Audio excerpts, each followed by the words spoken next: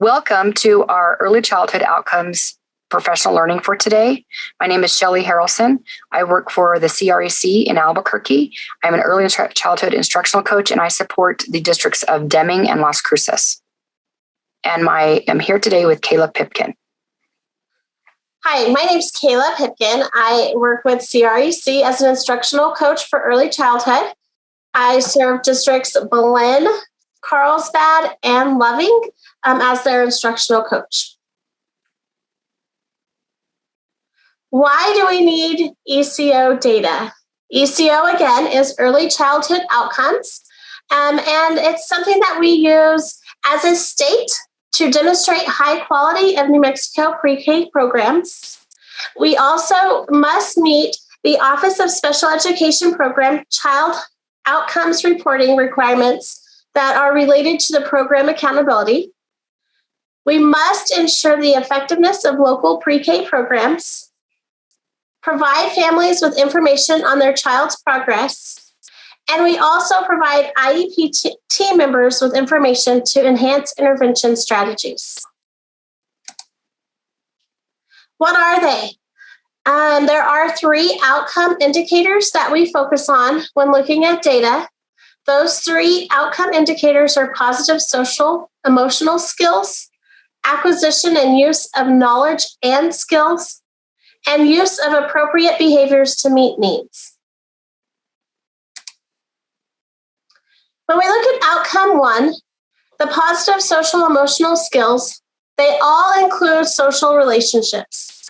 When we're talking about how students relate with caregivers, how they attend to other people in a variety of settings, how they interact with peers, participate in social games, follow social norms, and adapt to change in routines, and express their own emotions, responding to emotions of others. During many parent meetings or district meetings, some of us ask, how are we going to gain that information from our families? So we have questions that you would be able to use during those meetings to gather the information. So when we're talking about the social, emotional well-being of our children, you might ask, how does the child relate to other relatives or extended family and close family friends? How does the child interact with familiar caregivers? How does the child interact or respond to people in community settings? And how does the child interact or react to peers? When we look at outcome 2, that is the acquisition and use of knowledge and skills. The areas for outcome 2 include showing interest in learning, using problem solving, engaging in purposeful play, understanding pre-academic literacy, acquiring language to communicate, and understanding questions asked and directions given. Outcome 2, some questions you might ask your families may include, how does the child use the words and skills she or he has in everyday settings? How does the child understand and respond to directions and requests from others? Can the child answer questions of interest in meaningful ways? And does the child use something learned at a later time in another situation? When looking at outcome 3, the use of appropriate behaviors to meet needs, those areas include moving around and manipulating things to meet needs, eating and drinking with increased independence, dressing and undressing with increasing independence, diapering, toileting, and washing with increasing independence, communicating needs, and showing safety awareness. When meeting with families to gain this information, you may ask, what does a child do when he or she wants something that is out of reach or hard to get? What does a child do when he or she is upset or needs comfort? What does the child do when he or she is frustrated or needs help? What does a child do at mealtime? And how does the child get started playing with toys? This next portion of the professional learning today, we're going to talk about STARS coordinators, administrators, and alignment with our data. And we'd like to talk about who is on your team. When you're talking about ECOs and developing ECOs, we really need to talk about all of the team that needs to be there to support the data. This includes the parent, and this may be a Head Start teacher, childcare, related service provider, your ECOT data, and the teacher, of course. In your focus manual, you will see a crosswalk of the ECOs and the early learning guidelines. And we have outlined those in outcome 1, 2, and 3. And this is a resource that your teachers can look back when they're aligning their ECOT data with their ECO data. This is where we talk about some alignment of data. And we really talk about team works together with the family to collect the data. You may use family survey to support data collection. ECO data should align with ECOT data. This is really critical. And the IEP data should align with the ECO and the ECOT data and present levels of performance in the IEP to guide creation of the goals. The next slide we're looking at, this is what we're seeing as data that's being that's submitted to the state. So in outcome A, which is submitted to OSEP, and ECOT inclusion setting. So when you look at this data, this is how the data is coming into the state, and then you need to really look at this graph to see what is going on. You have the blue bars, which indicates the ECO data that has been reported to OSEP that will honor your reporting dates at the end of the year. When you look at the ECOT data, which is the different indicators on the ELGs for outcome A, you can see that the data does not align. This is very concerning for us, and we need to really take a hard look at how we can align our ECO data with our ECOT data so that there isn't such a big discrepancy in our outcomes for our children in New Mexico. This next slide is an outcome A and ECOT in a siloed 619 classroom. And you can see the data is very similar. You have the ECOT data showing on the blue bar across where how that's been submitted into OSEP. And then the discrepancy with the ECOT data on the green bars on the different EIs and how majority of children are looking at with ECOT data comparable to same age, where the ECO data that has been submitted to OSEP is really more about nearing the same age peer. What do you think this data is saying? Pause for a moment and think about that. This is outcome A. This is the raw data that comes in from to New Mexico to the SPED department in Santa Fe. This data is sent out to administrators, and this is how it looks coming in for outcome A. And where we are sitting for this, all of the students in New Mexico. This is ECOT data statewide and what that looks like as it's at the end of year, and what that data, when you put it together, looking at the same ratings and outcomes compared. Part of the discrepancy that we're seeing when we enter into STARS is that the titles of the outcomes coming out of OSEP and what we're putting out look a little different. So we know that one outcome A is social emotional relationships. In STARS, it's labeled as social emotional entry and positive social emotional, and that's all outcome A. And so those discrepancies in titles could be the reasons why when we look at data, we may not be observing what the differences are, or why that there is such a discrepancy between ECOT and ECO data. The outcome B is learning acquisition. In STARS, it's labeled as language acquisition entry and knowledge of skills. And that's all outcome B for outcome B. The use of appropriate behavior to meet needs in STARS is labeled behavior entry, or use appropriate behaviors to meet needs, and that's all outcome C. The data that's sent to you through the special ed department will typically say positive social emotional, knowledge of skills, or use of appropriate behaviors, which is slightly different than what it's being reported to in STARS, but it is all outcome A, B, and C. Here we have the COSF New Mexico outcome summary form. And we're looking at what the form looks like that teachers are filling out. It says positive social emotional skills, including social relationships. Outcome 2, acquiring and using knowledge and skills. And outcome 3, taking appropriate action to meet needs. This is what you as an administrator would receive to your school. And it talks about, this is a summary statement 1, a summary statement 2. This is your first entry. It says outcome, social emotional relationships. Outcome 2, learning acquisition. And outcome 3, use of appropriate behavior to meet needs. And the same is said for summary 2. So those are slightly different, knowing that this is what the data looks like coming in from the state. This data is your indicator 7 data. And all districts are reporting out. And as you can see, there is a discrepancy also within this data. If you look at, we have the submission of outcome 1 or summary statement 1, and then the EOY, which is summary statement 2. And this is how the data is received to the state of New Mexico on each district on their ECO submissions. Now, reporting to STARS.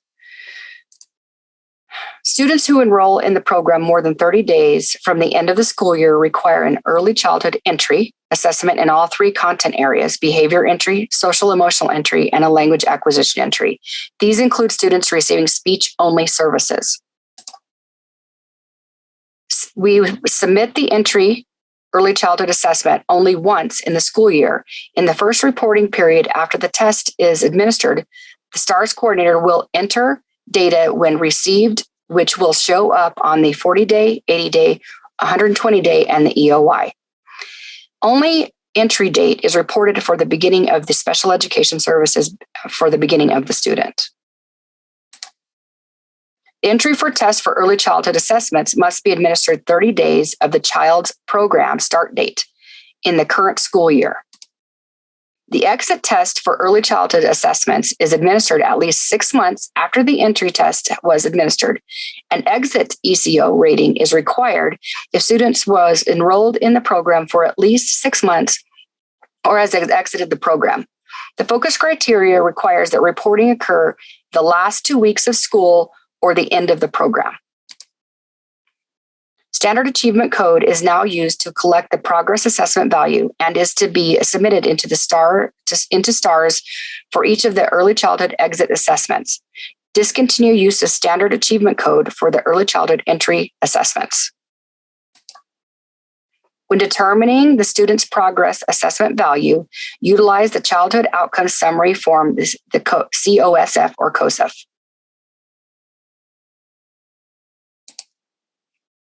We're going to talk about the 40-day count and how it impacts your school. The ECO BOY date entry is put into STARS. You will not get the STARS error until end of year. That is really critical to know that. So if you have made a mistake on your entry dates, you will not see that till the end of year. Funding is determined by STARS entry of students prior to the 40-day on enrollment and IEP. Entry must be done by STARS coordinator by the 40th day.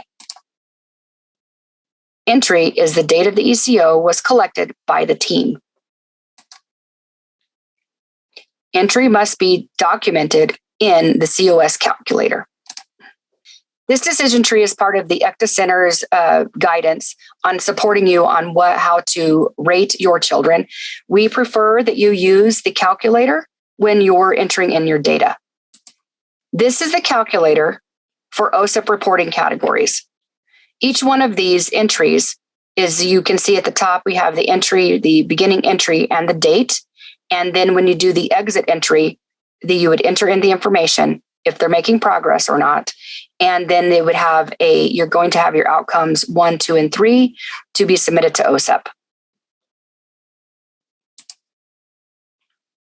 This document is for LEAs and PED New Mexico COSF quality assurance checklist. This is what is going to be used by your team to complete so that when the Office of Special Ed uses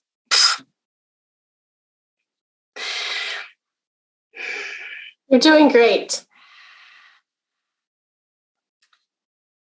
Okay, now I have to talk for a second to get me back on track. Okay.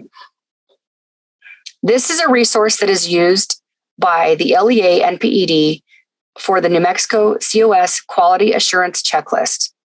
This is where the 619 program at the state level will be doing desk monitoring for your site on whether your completion of the ECOs has been effective and completed. This is the first part of the assessment tool that your team should fill out after they have done their COSF form on the student. This is the second half, which talks about the multiple resources, supporting evidence, and evidence including performance. All of these are to be housed and used as desktop monitoring for the 619 program that's on site, or any child that has an IEP and is going to be filling out an ECO form. When we talk about data entry, we always need to use the calculator. That is the most accurate way for our data to be submitted to the Office of Special Ed so that we are accurate and that it aligns with our ECOT data. Entry dates are sent to STARS coordinator through the calculator. Teacher maintains the document from the beginning to the end. Calculator goes to the data clerk for STARS for entry and exit data for accuracy of OSEP reporting. Data may support planning for staff to develop growth in child outcomes. ECO data should align with ECOT reporting. ECO and ECOT should align to reflect IEP goals and child growth. All data should be reflected in lesson planning. STARS coordinator may need training and to review the STARS manual. STARS coordinator should put data directly from the calculator for each student into STARS. This is the PED COSF monitoring system. PED will utilize desktop monitoring through the 619 coordinator via the Special Education Monitoring Portal. Please submit your COSFs when given the link to upload it from PED 619 coordinator. Quality assurance checklists will be used during the desktop monitoring to ensure group conferencing and high quality data is being documented during documentation and scoring.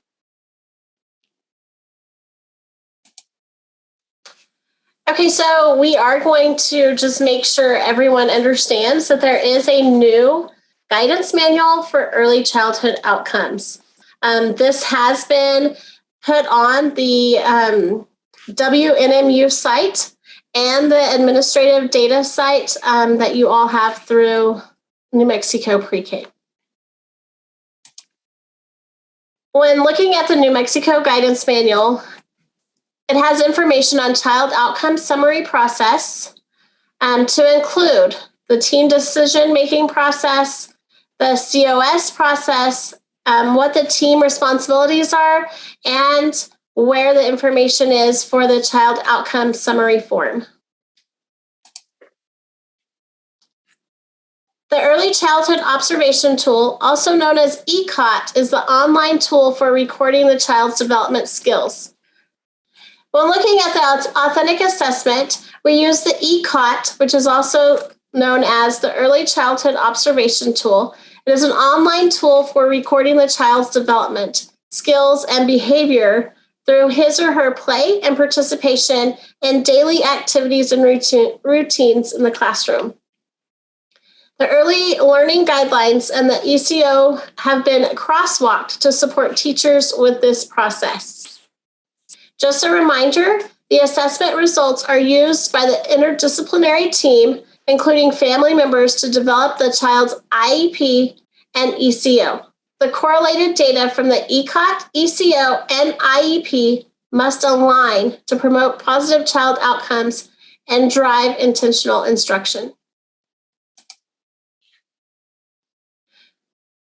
We also previously, Shelley talked about the desktop monitoring. In order for the PED to ensure LEAs are completing the COS process and COSF accurately in the 619 coordinator with special education department will be utilizing desktop monitoring. LEAs will use the special education monitoring portal to provide documents. Please submit your COSFs when given the link to upload from PED 619 coordinator. All LEAs will upload completed COS forms for individual students. The New Mexico Guidance Manual includes information on the online COS calculators. The COS calculators are used to classify a child into one of the 5 reporting categories that make up the OSEP reporting requirements on child outcomes. The New Mexico PED Special Education Division requires LEAs to utilize one of the following calculators to convert the child outcomes data to the OSEP reporting categories. The manual also includes resources to assist teams with collecting the data and completing the COSF forms. We have included a video on converting COS data to OSEP progress categories. Just as Shelley explained earlier, the decision tree for summary rating discussions are in the New Mexico Guidance Manual. Age anchoring. States are required to compare the functioning of children in Part C and Part B preschool programs to age expectations because age expectations provide a common standard for all young children. Age anchoring is very important. This is a piece that is going through Part C and Part B and talking about typically developing children and what the expectation is and looking at that from that lens when we're doing our ECOs. Once again, this is going over outcome 1 and how it aligns to the New Mexico Early Learning Guidelines. As you can see below, the indicators show where the alignment is. This also can be found in your focus criteria in the alignment crosswalk. This is outcome 2, and outcome 2 goes over the early learning guidelines and the crosswalk there. And you can see the indicators below are the parts of the ECOT that align to outcome 2. Here's outcome 3 and the ECO alignment to the ECOT data collected under the indicators there.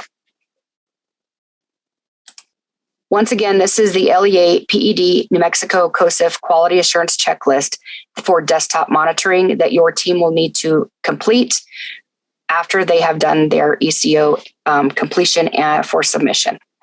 This is the bottom half of the checklist. This document, the guidance, and the calculator will all be links below after this training. For any further questions, please email me at sharrelson@crecnm.org with any further questions. Thank you.